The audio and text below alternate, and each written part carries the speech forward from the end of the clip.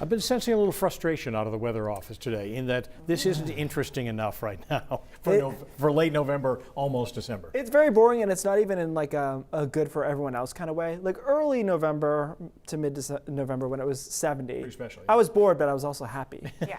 Now it's like, fine. Plus, Yeah. this is also selfishly like I am oddly ready to ski this year early.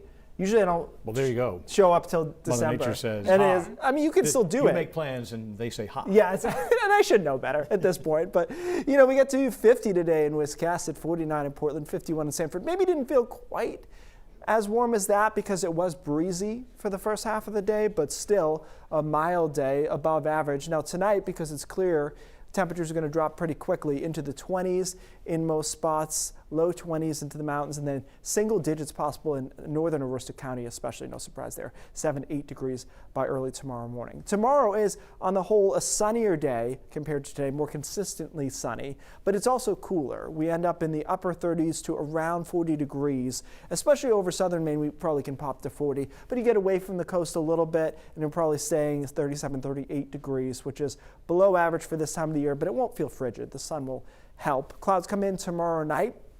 And we set up for an interesting day on Wednesday in which it's cloudy but pretty mild. I think we should be able to get into the upper 40s on Wednesday afternoon. It stays cloudy, a couple of sprinkles around. Real rain, though, doesn't start until around sunset, which is pretty early, right? 4 o'clock or so. That comes through, and it's going to be rainy and windy Wednesday night. Now, there's not much hope for the mountains here, talking about skiing. They might get a little snow in the back end, but the rain ahead of it will more than offset that, unfortunately. So it's rainy and windy through the early evening, through the middle of the night here on Wednesday, and then the system moves out after midnight, and it's breezy and cooler on Thursday. Now, it's worth noting this system is pretty windy, 45 miles an hour due south, late afternoon Wednesday into Wednesday night. I don't think there'll be a ton of power outages because we don't have any foliage left on the trees. And yeah, we have had rain, but not an exorbitant amount of rain to uproot trees. So we'll keep an eye on it, but it will definitely be windy here Wednesday night into early Thursday morning. Our overall pattern keeps bringing these storms in from the west, and as long as that's the case, we're going to be on the warm side of things. In fact, our next storm, which comes in on Saturday, is likely to be rain as well. The only question is it rain, or just showers? But look at that warm front way up into Canada.